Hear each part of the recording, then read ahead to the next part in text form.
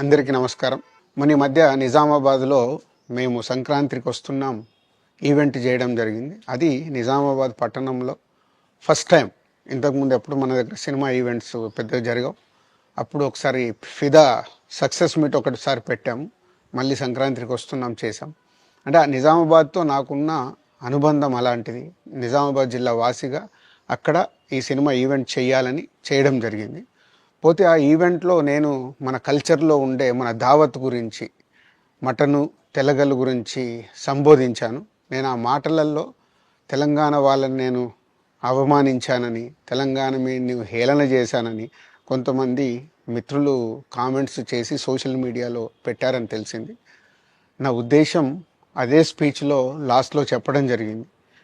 తెలంగాణ మన కల్చరు, మన దావత్తు నేను మిస్ అవుతున్నాను. సంక్రాంతికి 2 సినిమాలు రిలీజ్ అయ్యాక మన తెలంగాణ కల్చర్ దావత్ని నాకు చేసుకోవాలని ఉందని. సో మన కల్చర్ని అభిమానిస్తాను నేను. అదే అర్థం చేసుకోకుండా దాన్ని కొందరు సోషల్ మీడియాలో రాద్ధాంతం చేస్తున్నారని తెలిసింది. నిజంగా మీరందరూ ఆ మాట వల్ల ఏదైనా హర్ట్ అయి ఉంటే నన్ను క్షమించండి. ఎందుకంటే నా ఉద్దేశం అది కాదు.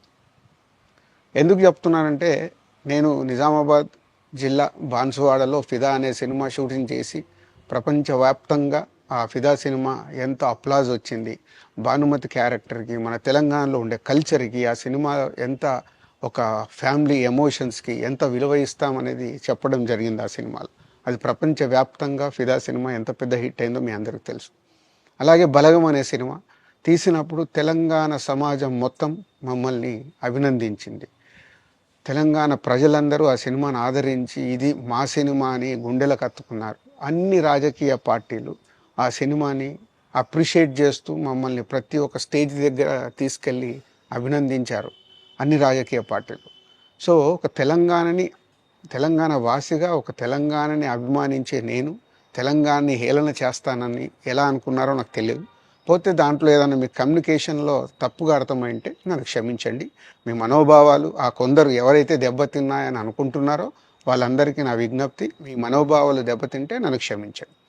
ఇప్పుడు నేను ఒక సినిమా ఇండస్ట్రీ ఫెటర్నీ నుంచి ఎఫ్డీసీ చైర్మన్గా అయ్యాను. సో మీ అందరికి తెలుసది.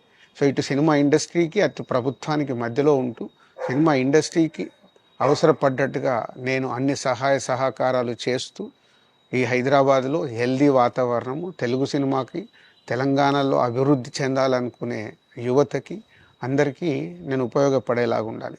మన అలాగే పవన్ కళ్యాణ్ గారు కూడా చెప్పారు, యూత్ చాలా ఉన్నారు, వాళ్ళందరికీ కూడా సినిమా ఇండస్ట్రీలో ఇష్టం ఉన్న వాళ్ళని అప్గ్రేడ్ చేసి చేయాలని. ఆ ప్రభుత్వంతో కూడా అక్కడ సినిమాలో కావాల్సిన అందరినీ డెవలప్ చేస్తూ వాళ్ళందరూ మళ్ళీ తెలుగు సినిమాకే, తెలంగాణలో నేర్చుకున్న, ఆంధ్రాలో నేర్చుకున్న వాళ్ళందరూ తెలుగు సినిమాకే ఉపయోగపడతారు.